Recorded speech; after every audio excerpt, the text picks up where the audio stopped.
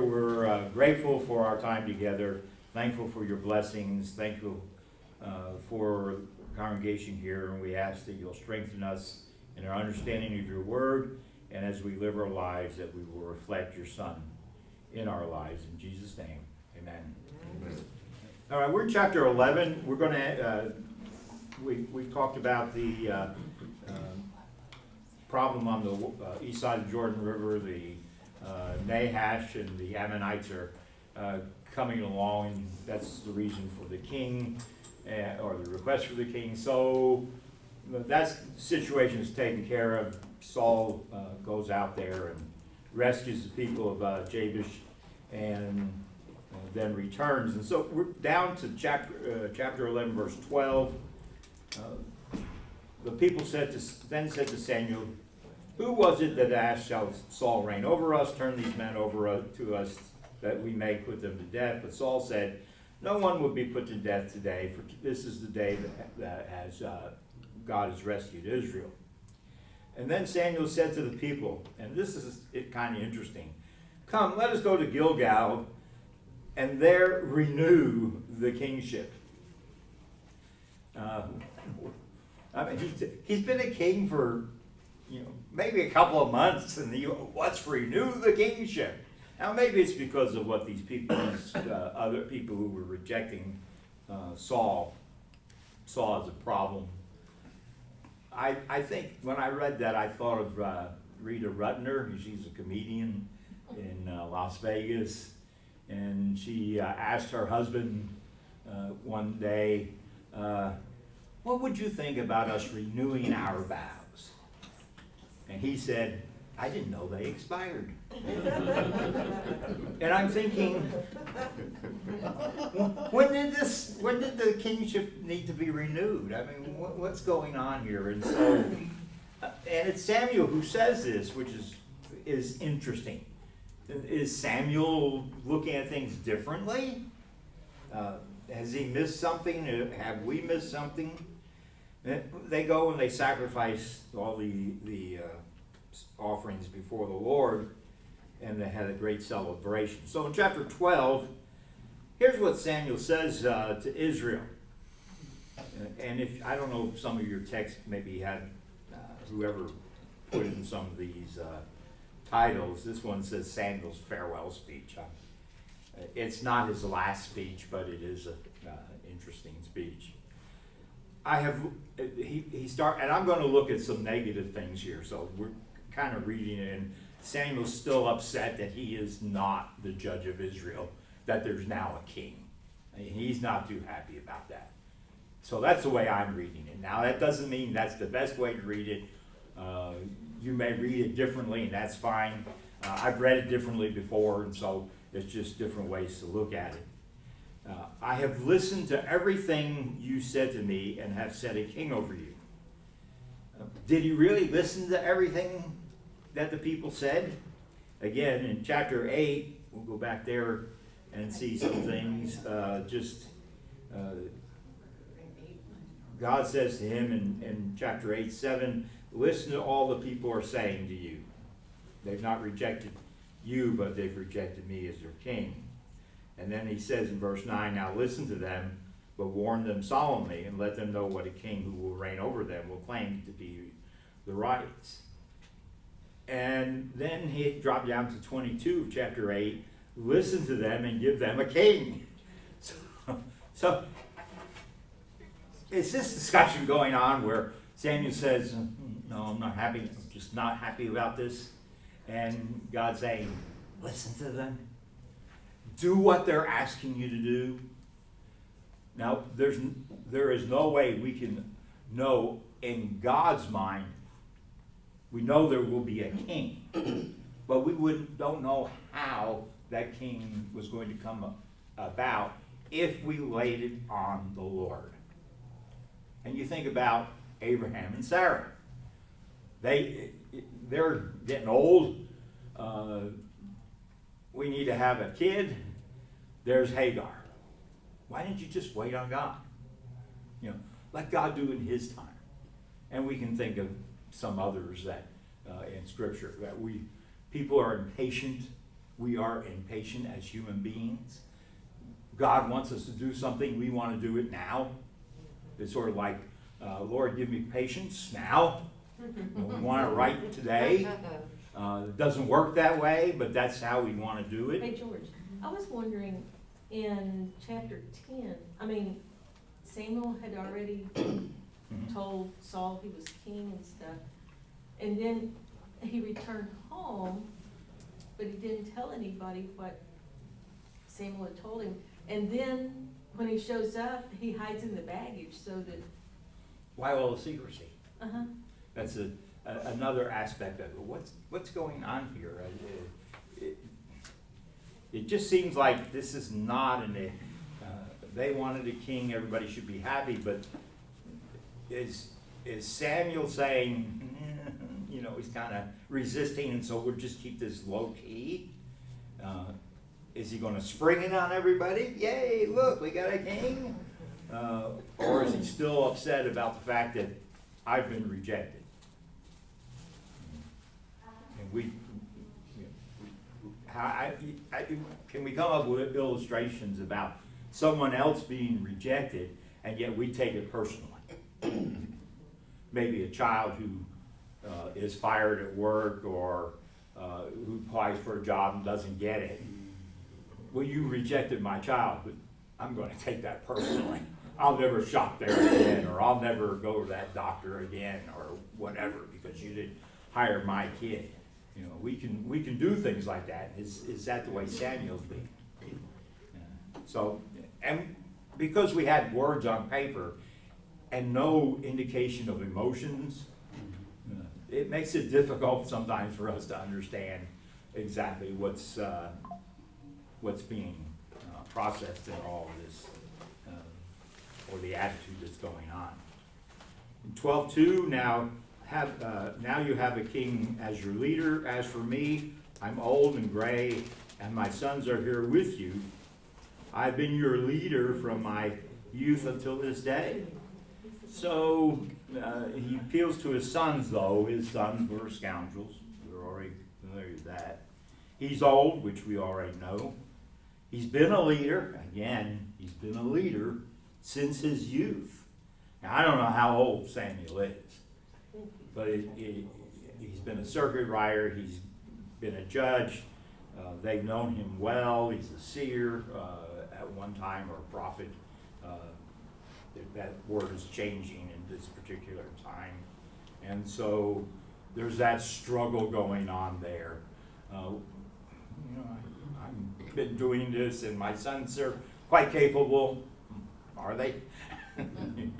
Not really. And again, as I said last week,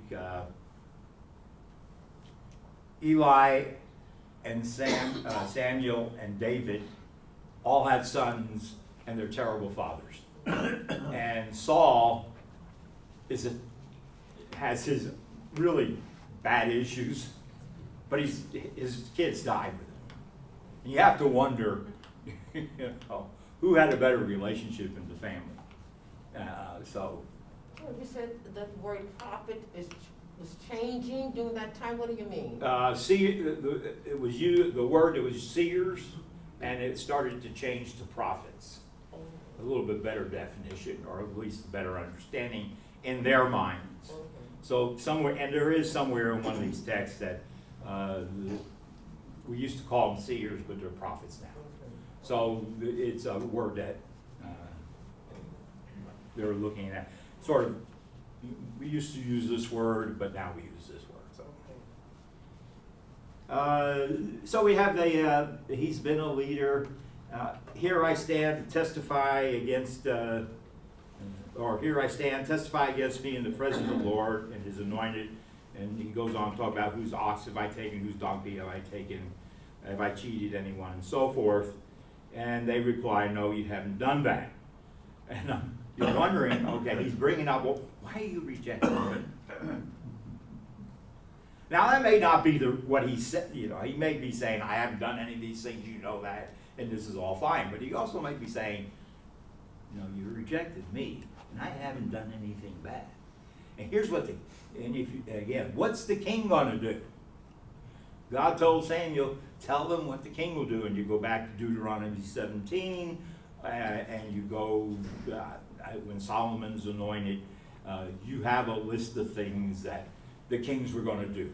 They're going to have soldiers, they're going to have horses, they're going to have chariots, they're going to be trading all these things, they're going to take people and make them slave, not necessarily slaves, though some of the people will be slaves, but others will be just household servants, and they would do all this thing.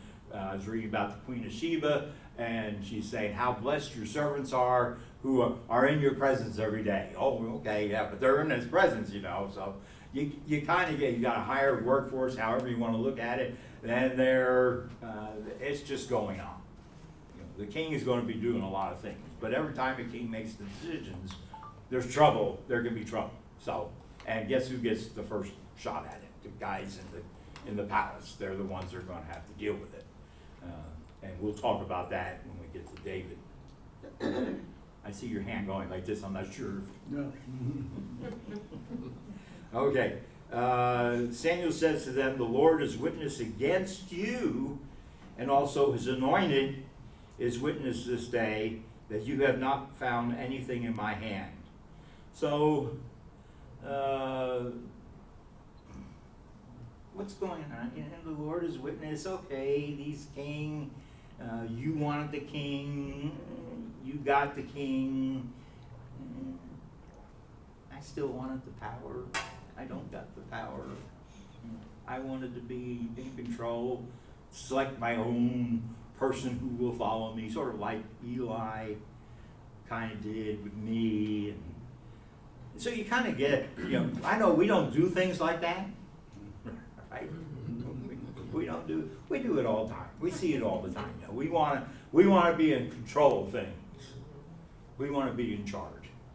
And when someone questions us or maybe challenges us, we don't like it. And I think maybe that's some of what's going on here. And again, you can read it differently. And this could be Samuel in a very positive way, looking at things, saying, you know, I'm giving you what you want.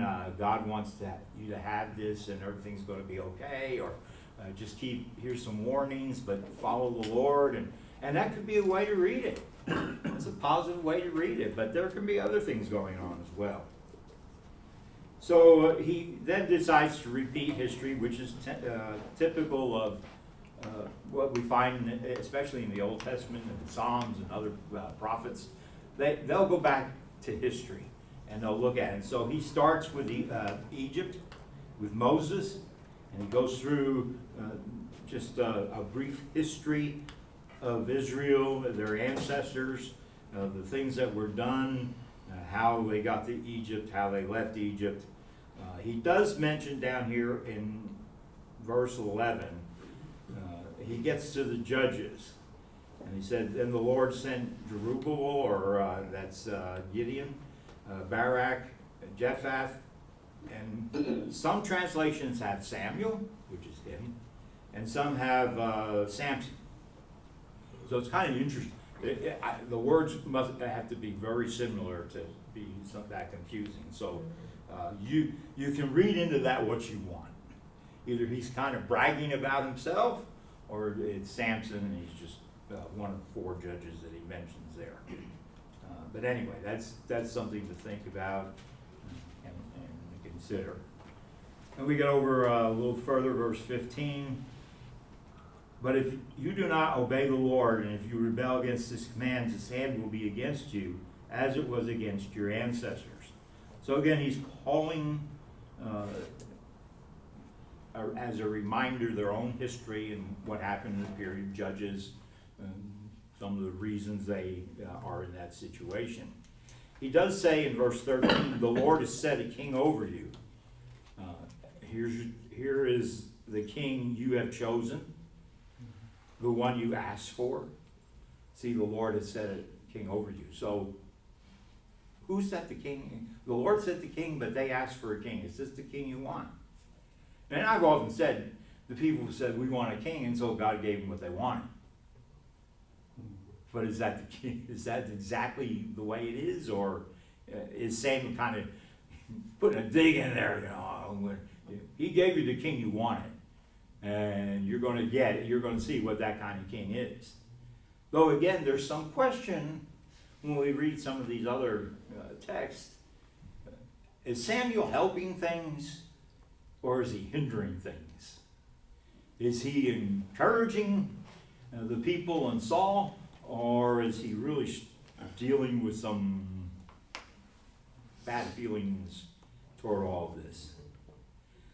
And so what we see here again, or what we see here, is there's no real positive view of the monarchy from Samuel's perspective. You're getting a king, but quite frankly, you deserve what you get. Don't blame me. It's not my fault. And in some ways, I will agree with Samuel. Because when you see all the kings that you read about in Kings and Chronicles, the Chronicles tends to be a little more positive. Samuel's more likely pretty right about what a king will do. They were, and again, being impatient, not waiting God's time, they got what they deserve. It's like any leader, you know, you hope you get a good leader, but yeah, we got what we deserved. That's what we wanted, we got it, whack. You know, so it continues at all levels. But even as a congregation, we need to be careful. It can happen in churches as well.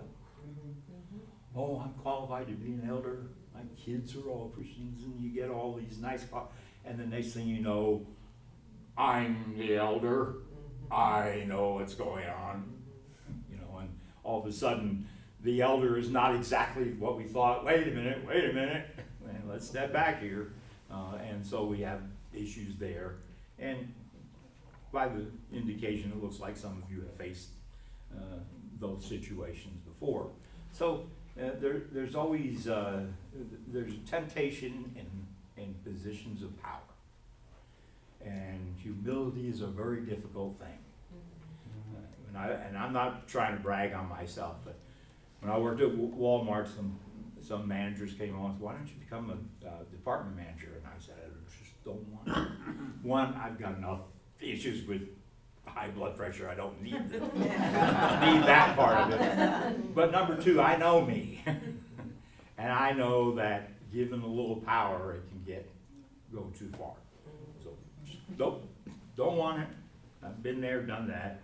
Had enough problems in my life with power plays and manipulation, and it's sad to have to admit that, but yeah, I'm a good manipulator, and I have to be careful, you know, in doing those types of things. And George? among the millions of other mistakes I have made in my life, I'll get back. Go. I saw Joe's hand. Joe? A long time ago, we lived in a small town in the panhandle of Texas, Borger. Borger is a town of 17,000. 62 churches in Borger, Texas. And the reason is just what you pointed out. It's people's ego, leader, that it's me, I'm the leader. So you've got 62 churches worshiping the same God, but with different leaders with their own power. Right. And so that's how we get where we are.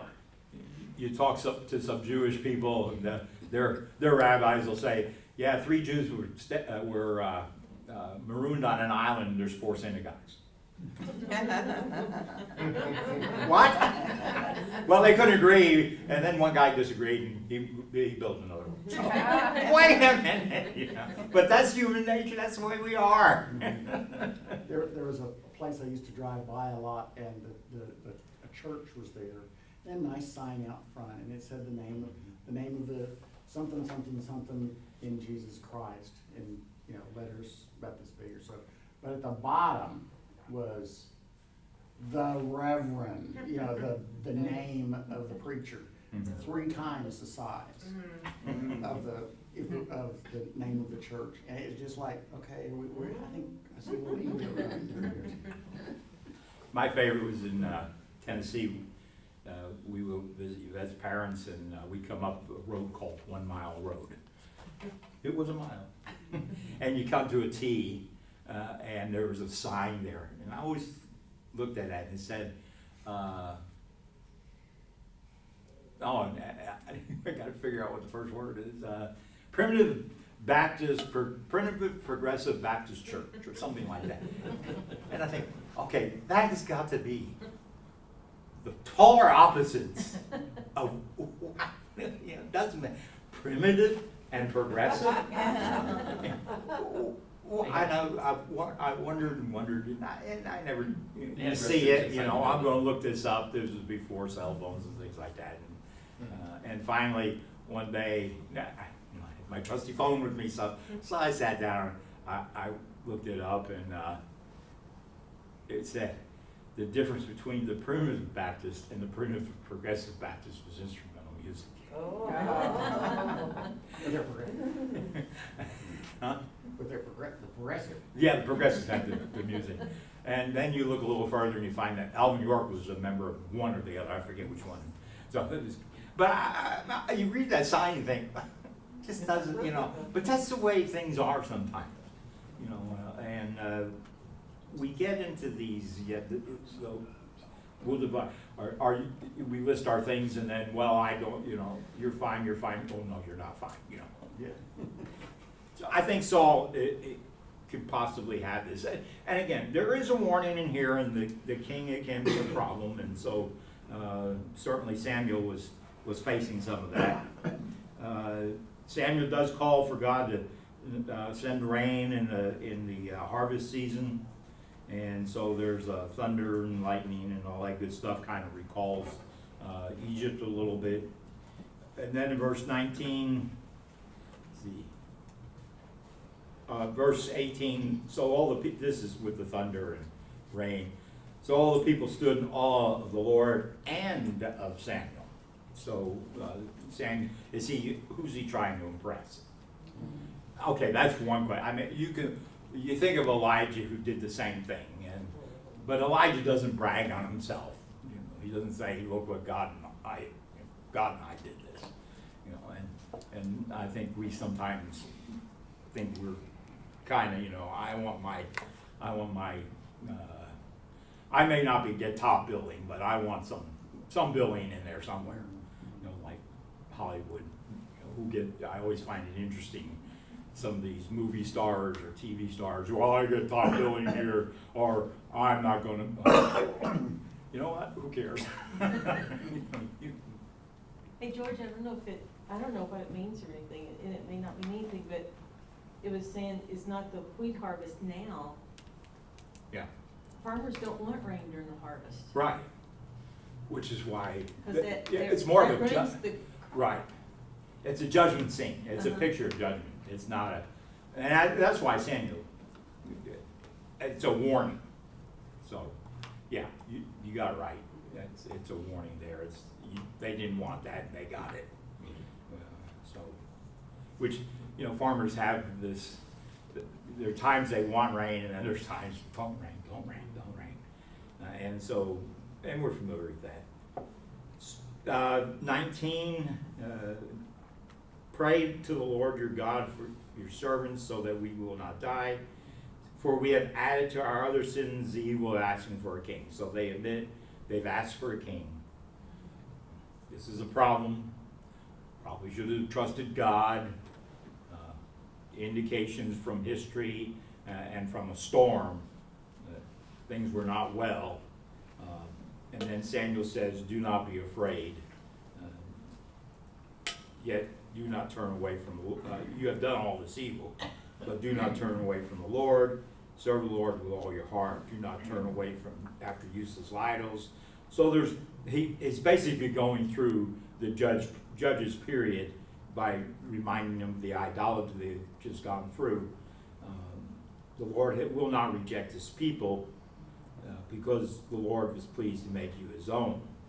As for me, verse 23, far be it from me that I should sin against the Lord by failing to pray for you, and I will teach you the way that is good and right. But be sure to fear the Lord and serve him faithfully with all your heart. Consider what great things he has done for you. Yet if you persist in doing evil, both you and your king will perish. So he's going to intercede for the people. He identifies himself with God. But apparently he's kind of not identifying himself well with the people. Now that may or may not be true, but he just seems to want to push them a little bit away. And but he's still interceding for them. But he's not interceding for the king. And that becomes an issue. Because as we read through the rest of this, there are things being done. And there are things Samuel could do, but he doesn't do them. And one of them is he does not intercede for Saul. So there is a little bit of this little bit of, not power struggle, envy, anger, of rejection, that goes on. And it becomes a problem. And I think it ends up causing Saul to do the things he did. Trying to, I don't know whether he's following or think he's following Samuel, or for whatever reason, trying to figure out a way to work through all these things. So anyway, Saul was 30 years old when he became king in chapter 13. Then we have another battle here that goes on. There's an interesting little part beginning in verse 7. Some Hebrews even crossed the Jordan to the land of Gad and Gilead. Saul remained in Gilgal, and all the troops with him were quaking with fear. Samuel had told Saul that he would be there in 7 days. So he waited 7 days, the time set by Samuel. But Samuel did not come to Gilgal, and Saul's men began to scatter. So he said, "Bring me the burnt offerings and fellowship offerings." And Saul offered up burnt offerings. Just as he finished making the offering, Samuel arrived, and Saul went out to greet him. "What have you done?" asked Samuel.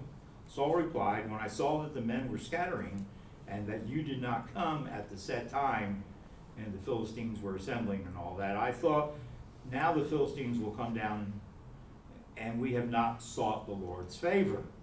So I felt compelled to offer a burnt offering," or the burnt offering. And Samuel said, "You've done a foolish thing. You've not kept the Lord your God, the commandment the Lord your God gave you. If you had, he would have established your king over Israel for all time." Now we can read that, and now he said, "Your kingdom won't endure." We can read that and say, Saul was impatient, he shouldn't have done that. But there are things that pop up in and around here. First thing is, what we talked about last week, Samuel was not a priest. He was not of the tribe of Levi. He was an Ephraimite. Saul was a Benjaminite, we know that. David was from the tribe of Judah. And yet all three in 1st and 2nd Samuel offer sacrifices. Why is Saul different? Why is Samuel saying, "You blew it"? Is that the case? We could argue, yeah, he should have found a Levite. Apparently, this has been an issue throughout this period of time. The Levites are not very prominent for some reason, whether they've been pushed aside or the seers or the prophets were saying, "Hey, we got this, we're covered in this, and you guys just, should have done a better job." It's hard to say in that type of background. And with all the idolatry too is a problem. So what's going on here with this offering, and why did Samuel wait? Why was he Was he delayed? Now here's a tough question. Was it accidental? Or was it on purpose that he did not get there and caused Saul to do what he did? And again, was Saul wrong in doing it? Now, Samuel, David, and Saul all offered sacrifices. None of them were tribe of Levi. What's going on? As you read through the rest of the history accounts, you read this little phrase, the people offered sacrifices in the high places. And I think sometimes that's idolatry going on there, and sometimes it's legitimate sacrifices being offered up by the people because they couldn't get to Jerusalem, or there were some priest problems or things like that. So there's some, or maybe there weren't any priest problems, they were just doing it right at these places. That has often interested me as to why these high places were not taken away. And when you, again, you read through the history of the kings at the end of the little summary, the high places were not removed. Was that good or bad? You know, were they good places, or should they all have been removed so that everybody would focus on where the temple was? It would be at that time of the kings.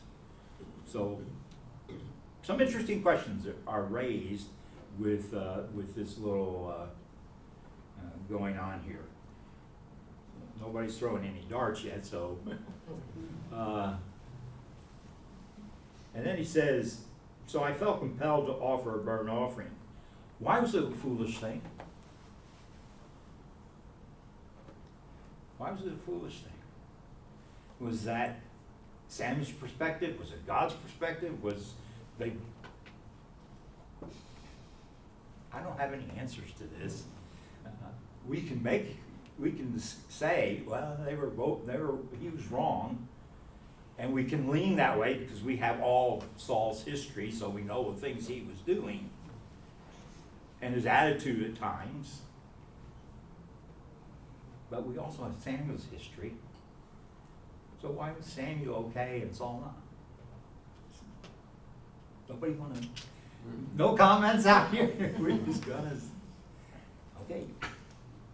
You're welcome to throw out some comments.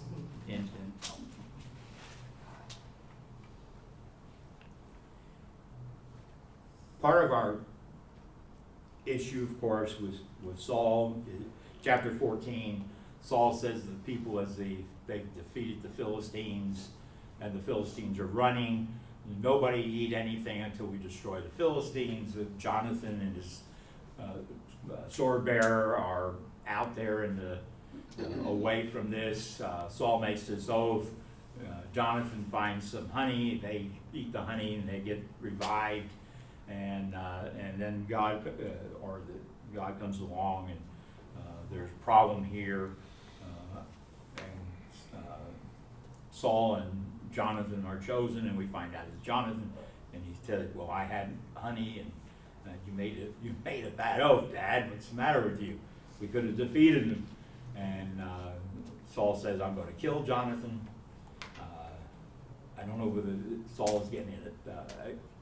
Is this a challenge to his authority? Is he looking at it differently? People intercede.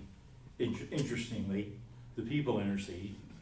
Samuel doesn't, but the people do for Jonathan and save Jonathan's life. I don't think that changes their relationship. I think they had a big disagreement. Probably worked it out over time because you see some positive things in the interaction between them here and there. But it's an indication again, Saul is pride getting in his way now. And when we read that, do we go back and read it back further, or is this something developing as we go through? Just because a person has pride at one time in his life does not mean it was before, and not necessarily will happen afterwards. For again, going back to the other Saul, Paul, thorn in the flesh, because keep me humble, That's the idea when he mentions that. Did Paul have a pride problem? And we would all agree, yeah, he had a pride problem. Yeah, he had some issues. And, you know, there are things to keep you humble and need it, and God kept him this in mind. And so I guess we could say that Paul really struggled with it over a course of time, and eventually realized by some of the things he wrote later on, in the later books of his, or letters, that yeah, you can read into there, I have a pride problem, and I'm working to realize it's not about me, and I need to be careful with that. So yeah, people can change. We have to be careful where we read things, what point we're reading stuff, and anyway, that's just a side note. All right, anybody want to make any comments before we get into the fun part of chapter 15? Well, pride often comes to the surface. It may be lurking, but kept under control, but it often comes to the surface depending on the surroundings, the persecution or position of the person, or, you know, whatever can bring it out. I think, you know, when we're hurt, when we're disappointed in ourselves, or we're hurt by others, it probably shows up a little bit more as a defense mechanism. Okay. It comes out to try to tell ourselves, well, we're really not as bad as they say we are. And then it gets us in trouble, you know, because we fill ourselves up too much with it, or we mislead ourselves. We lie to ourselves. And you look at it again, Paul, where do we first see Saul? He's among the baggage, hiding. Yeah. You know, so you kind of get an idea. Well, he's kind of he doesn't really want to go. And the guy was taller than everybody else. Yeah. And I don't know whether that has an effect on. You know, I really just don't want to be out here standing out in the crowd, head and shoulders above literally head and shoulders above everybody else. That all changed. When Samuel was giving his farewell speech, he pretty much did a sign before them, right, with the thunder, because Right. he asked for that. It's kind of interesting, what Ken said made me think of that. He was hurt, but when the people originally asked for a king, what if he had done the sign then? But you know what I mean? And then the people might have said, oh, wait a minute, you're right, we're wrong. And they didn't realize they were wrong until that moment when they had the storm and they were kind of freaked out by that. But even then, it's kind of interesting that they didn't say, we have done evil by asking for a king, can we undo it? Can we just send Saul Yeah. to what he was doing, can we have you, can you appoint a new judge? They carried forward, even though they admitted that was wrong. That's a good point. I hadn't thought about that. You know, can we undo what we did? It's tough for a crowd to backtrack. Yeah. Yeah. Once it's a crowd, once you get into mob mentality, there's really no way to just have it turned based on something as silly as logic. Or, you know. And can you undo and that go? It's certainly probably a debate. Can you undo what you messed up? Yeah. Now, And up that to takes this pride. time, That takes an acknowledgement of pride on their Yeah. part. Oh, we were wrong. yeah, we were wrong. Now, yeah, but I think Dee makes I hadn't thought about that. That's a great point. Why didn't they ask? Can we start over? Can we just we were wrong. Now would at this time then Saul be willing to step down? That may be probably the one area where he may have at the moment say, yeah, I can back off. I don't know whether he could have done it by the time we get to chapter 14, Yeah. but he may have been able to do it then. And so, yeah, do we ever ask that? And that's another question. Lord, is it possible to undo all this?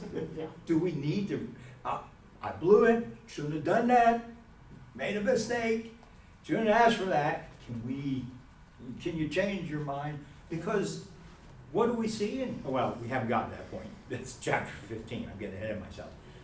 In chapter 15, we read that God regrets making Saul king. Now, and Samuel's upset about that, but is he upset that God changed his mind? I mean, you made him king, now you're saying, I regret making him king. So, the people haven't gotten that there. They said, yeah, we'll take the king. Sorry, we asked for him, but we got him now. Let's just do, it's like, do we make decisions like that sometimes? Well, I shouldn't have asked for it. No, I asked for it. I got it. Oh, well, we'll just keep going. Now, I know we never do anything like that, right? This is so human. You look at, like, here's a king, but we're getting a lot out of it as far as how we, we're not any different from people in power or leadership, and we're tempted in the same way. If I was king, if you're a king for a day, what would you do? Or a queen for a day, what would you do? Well, and what kind of mistakes would you make? And would you be willing to acknowledge you blew it? And a lot of people will say no. Or, well, yeah, blew it, but we'll keep going. So, anyway. So thank you, Dee. That was really like that. Okay.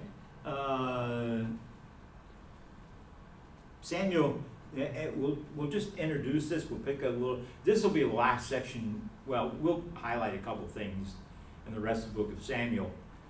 Once Samuel and Saul break after chapter 15, there's only one other communication between them, and we all know what that was. If you didn't, we'll talk about it. And then we'll go to David. And Samuel does not interact with David as king.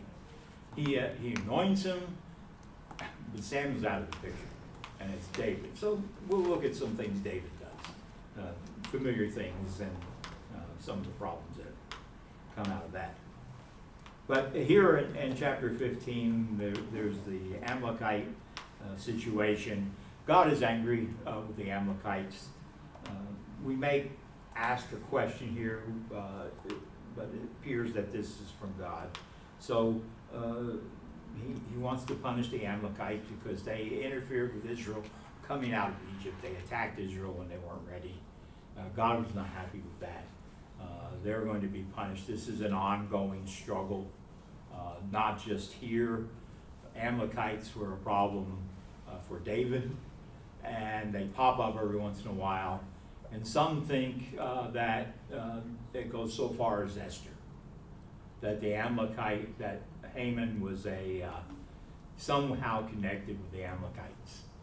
And so, which is a possibility, but anyway, it's sort of this ongoing struggle with this group of people that Israel has. And part of it is because Saul didn't do what he was asked to do. But there are some questions raised in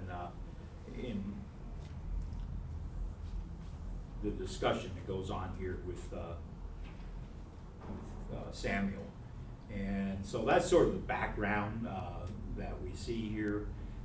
The Amalekite nation was southwest toward Egypt, is in that area. They had developed, they had been, again, a thorn in Israel's side. They would attack when David was fleeing from Saul and he was in Philistine territory. They would be the ones that attacked his family and carried them off. David, 600 men went after him. So that's the background. I'm talking a little long because we just run out of time. We have about any final questions or comments anybody want to make in the last few minutes, otherwise we'll okay. All right, y'all, there's some donuts, have fun, we'll assemble sometime. Takes 15, 20 minutes.